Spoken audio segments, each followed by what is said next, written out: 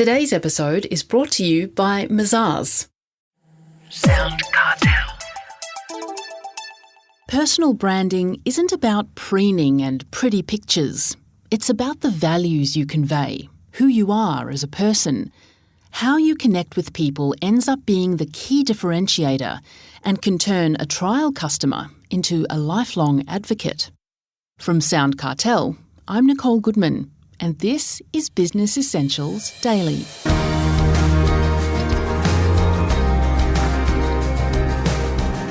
We all know it's important to build a business brand, but what about your personal brand? You may prefer to let your business do all the talking. After all, it's your products or services that count, right? But that's short-sighted these days, according to Andrew Ford of personal brand building company Social Star. Andrew helps corporate escapees, as he calls them, move into whole new business lives through personal branding. He says now more than ever, customers want to know who they're dealing with and who they can trust. And to that end, thanks to the internet and social media, more and more people will come looking for you to find out about the person behind the business. So, Heather Dawson asks, does that mean you've really got to build your personal profile? Oh, absolutely. It's interesting because I met an accountant a little while ago and he didn't have a website or any social media, and he said, I'm quite successful. Why do I need a brand? And I said, well, you started your business 30 years ago and you've got, great credibility and traction and referrals. But if you're starting that same business today, you wouldn't be able to get that traction without having some sort of digital presence, because it's just expected that people can find you and see you. What's your track record? Where have you worked? Do you have a network that can respect and respond to you? Because that brings the trust, and trust is the key component of people giving you business. So without that personal brand, people can't qualify you and you haven't got that credibility. So it is essential, yeah. So what's the starting point in developing your personal brand then, Andrew? Because you say there's quite a bit of soul searching to be done. It's interesting. The starting point is your name and your digital presence, but that's actually the middle of our process. The very start of our process is figuring out what you want your brand to be. And that's actually where most people get stuck. And so when people first start, they need to understand what they want to achieve. So we go into their core values. We drill down into their personality, their life stage and their resources to figure out, well, what is your career journey? And what is the best time to do it? Start a business if you want to do that. What is the best next step? But we take a long approach. We look at 10, 15, 20 years out in order to make sure we're setting you up for success, not just for your work, but for your life. That's what you do at Social Star. Absolutely. We have a 4-part process. It's a 3-month process of branding. The first month is all about you, figuring out what you're trying to do, plan it, arrange it, document it, because people often know, oh, yeah, I know what I'm like. I go, great, tell me in 100 words. Show me a photo of what that looks like, but they can't articulate it. And so we spend that part of the process, then we build it for them in digital, websites and so forth, and then we help them to market and sell it, because often people are experts at what they do, but they're not experts at sales and marketing. So what are you actually suggesting? Do people need to have their own personal website aligned with their business website, or a web page about themselves, or should it all be incorporated into the same website? Yeah, it's a really good question, because people often get surprised when I say a personal website's a really good asset. Now, why do I need that? And when I said it all starts with you and your brand, generally, most people we work with are information professionals. They're people who are great at what they do. They might have done it in corporate for a long time, want to start their own business. Or they're going to a new field. Either way, they're not known with their target market because they don't have the big name behind them. So the first thing that we need to do is establish their online presence, their name. Because when someone refers somebody, say a great accountant, a physiotherapist, a consultant, a coach, they're going to Google you by name. And do you appear in Google? So if you don't appear in Google, first of all, you're not going to get the referral. You're not going to get the business. Second of all, if you appear but it's your Facebook page with your holiday family snaps, that's not going to assist you in establishing trust in order to get the business, so you lose it there. And third, if they say you do have a LinkedIn profile and they find it, does it resonate with them, and does it have a great next step to put them down the sales path? And if it doesn't, then you lose them then. So what we find is that people don't take care of their personal digital presence. They might have it on their business website, but people never get there because they don't Google the business name because they don't know what the business name is. So a personal website is the number one SEO result for your name. So yourname.com.au will show up before anything else. and then you want LinkedIn, and then you want your business website, if you can get that. Okay. Well, starting with the name, you think that's pretty obvious, wouldn't you? Andrew Ford, for example, Heather Dawson. But it's not necessarily so simple. No, there's a lot of complexities in doing it. So, I've got a client at the moment who's got quite a hard-to-spell last name. In fact, my team spell it wrong sometimes because it's just an interesting use of characters. And so we decided that we would have a personal website. He's already got a very successful business website. He's a dentist. And what we're doing is we're going to be buying the derivatives of his name. So wrong spellings, things that other people might type in to make sure they all feed down to his name in that case. We've got people from overseas who change their name. We've got people who get married and change their name. So there's all these different varieties. Even nicknames can get in the way. So my name's Andrew Ford. A lot of people call me Andy. If you Google Andrew Ford and you Google Andy Ford, you get different results. So it's very important to me that people referring me, they use Andrew, otherwise I may not get the result. So we need to take care of what our brand is. Okay, so you find the right name that's going to be easy to find wherever. You also say, well, just briefly, Andrew, things like logos and taglines and what you call your thing. Yep. What's important to think about? Yeah, it's interesting. What we're looking for is something that cuts through and stands out.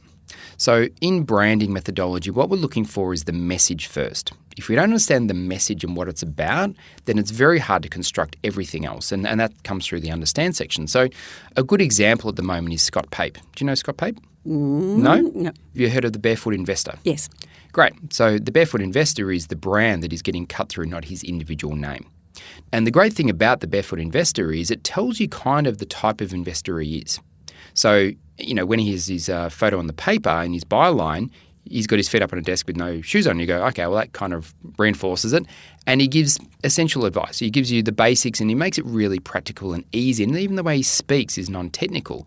So all of his branding comes from that particular, what we call a superhero name. It doesn't have to be a name. It could actually be a picture. It could be something else. So Matt Preston, the thing that people remember about him is his cravat. So that's his thing. What was Steve Jobs' thing? He used to wear black skivvy and jeans every day. So we all have these things that are branding elements that we actually construct into people's profiles so that, that's that guy with the thing, and it makes it stand out. Does it sometimes surprise your clients, Andrew, when you say, actually, this is the thing about you that you may not even have realised? Yeah, it's very true. It could be your accent, Heather. And so, people all have something that we can draw out of them, and we're looking for that because we need to make a statement. And the world is full of information, and your information, your message or your mission needs to have something that's got a point of difference. Otherwise, it's not memorable. And then making those decisions about how you're going to distribute your personal brand. And, we know that we have to think about Facebook or Twitter or LinkedIn. Have you got any words of advice about that? Yeah. So once we know what the mission is, for you, and we understand what the brand elements are, then we break it down into the mode. So before you can get to the channel of distribution, the mode is audio, video, or words, because that's all you've got to express. And if you choose words, then we're more likely to go down, say, LinkedIn, depending on your target market, of course. If it's video, then we're going to go on to, Facebook, and we're going to have, YouTube and so forth. So once you choose the mode that the person has the personality, experience, and the market for, then we can choose the medium. Mediums are not right or wrong. They're depending on the circumstances. Our favourite medium for our corporate escapee market that we work with, for our experts, is LinkedIn, because words are easier to produce than video, and most people are more comfortable doing that. It's a very efficient way to do it. But we also like audio because it's a great, personal mechanism, as we know from this show. And then we go down to the video path last because it's people have to warm up to that and be comfortable to do. Okay. And finally, leveraging your brand, Andrew, and you say finding your voice. What are your key messages around that?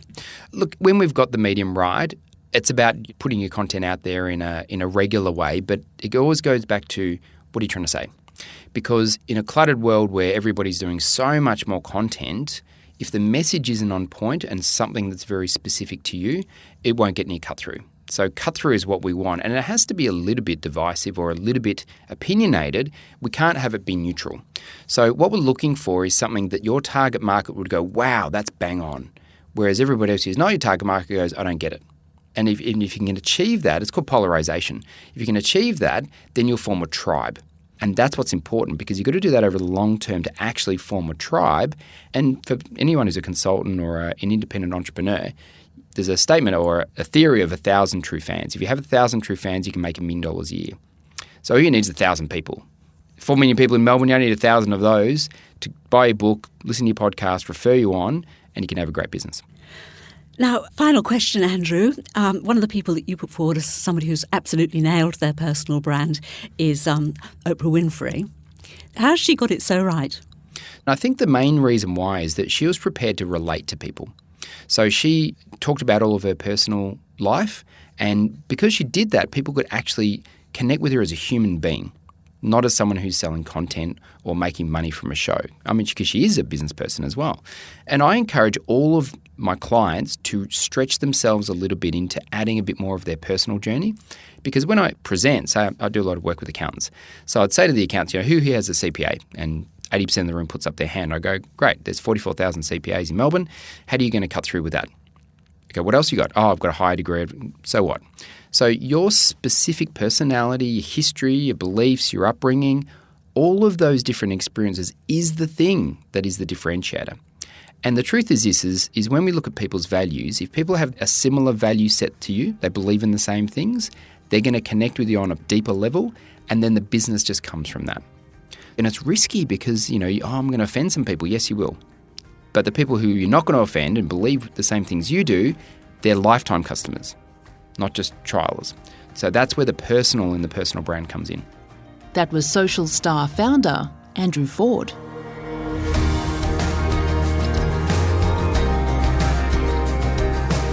This episode of Business Essentials Daily is produced by the team at SoundCartel. Thanks for listening. I'm Nicole Goodman.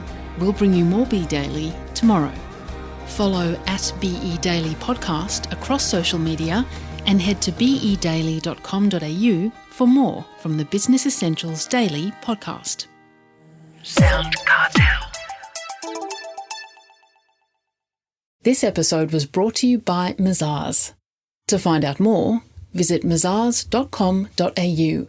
That's mazars.com.au.